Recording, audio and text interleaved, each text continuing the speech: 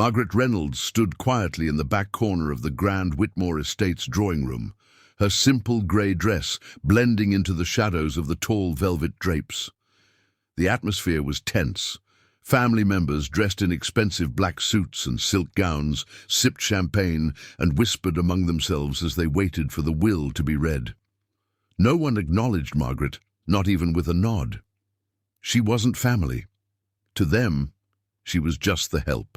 For over 25 years, Margaret had served the Whitmore family as a housekeeper.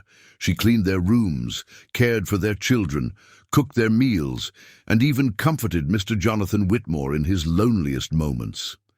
Yet, she had always kept to herself, humble, quiet, invisible. The Whitmores had never treated her cruelly, but neither had they shown kindness.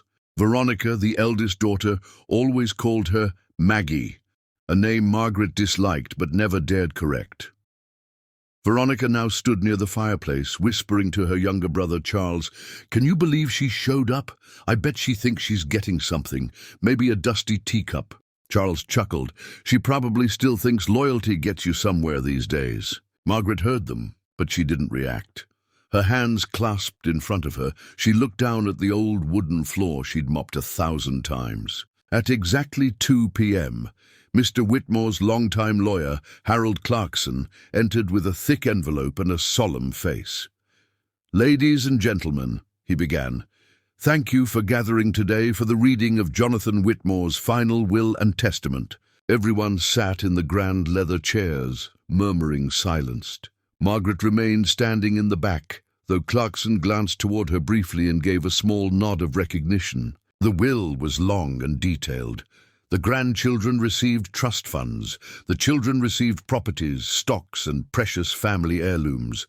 There were murmurs of satisfaction around the room as each name was called. But when Clarkson reached the final page, his voice grew slower, firmer.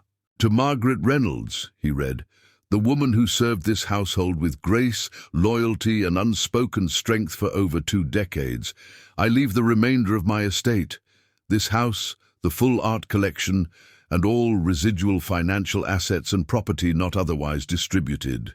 The silence that followed was deafening. Veronica's wineglass slipped from her fingers and shattered on the marble floor. "What? That can't be right," she hissed, rising from her chair. "There must be some mistake. She's the maid." Clarkson didn't flinch. "There is no mistake. Mr. Whitmore updated this will 6 months before his passing. It is legally binding." Margaret's lips trembled.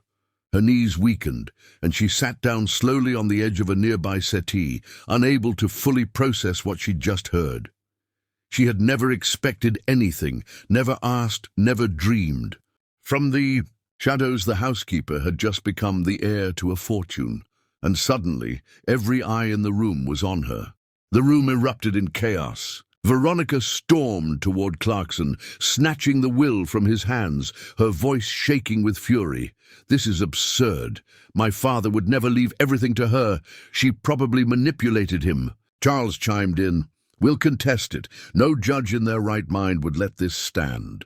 But Harold Clarkson remained calm, standing tall like the oak trees lining the Whitmore estate. "You're free to contest it," he said evenly. But Jonathan was of sound mind, and he recorded a video statement to accompany the will. He reached into his briefcase, pulled out a flash drive, and plugged it into the television mounted above the fireplace. Everyone sat, watching in uneasy silence as Jonathan Whitmore appeared on screen, frail yet sharp-eyed, seated in his study just months before his passing. "If you're watching this," the old man began, "then I've likely moved on. And if you're shocked by my decisions, let me explain them myself." Margaret sat motionless, tears brimming in her eyes. Jonathan continued, "To my children, I gave you every opportunity. You had the best schools, the best homes, the finest clothes.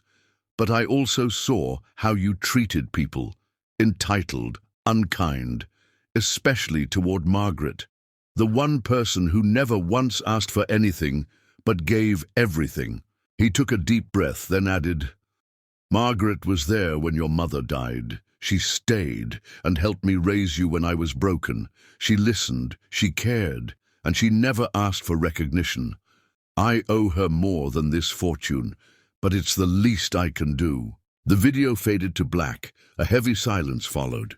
Veronica's face was pale. Charles looked at the floor. No one said a word. Margaret finally stood, her voice quiet but steady. I never asked for this. I never wanted anyone's money. I just did what I thought was right.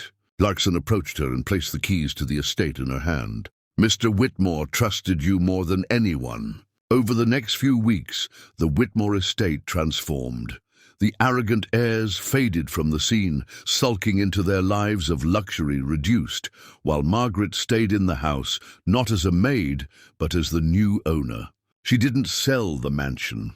Instead, she opened it to the community, turning rooms into art spaces, gardens into public parks, and part of the estate into a shelter for women who had nowhere to go, just like she once didn't. Reporters came and left, fascinated by the housekeeper-turned-heiress story. But Margaret remained the same, quiet, humble, and kind. One afternoon, a young girl from the shelter tugged at her skirt. "Miss Margaret," she asked, "are you really rich now?" Margaret smiled gently and knelt beside her. "Being rich doesn't mean having money, sweetheart. It means having the power to help others. That's the only kind of wealth that matters." And in the house she once cleaned, surrounded by laughter, purpose, and gratitude, Margaret finally found her place. Not as a servant, not as an outsider, but as the woman Jonathan Whitmore always knew she was. Worthy,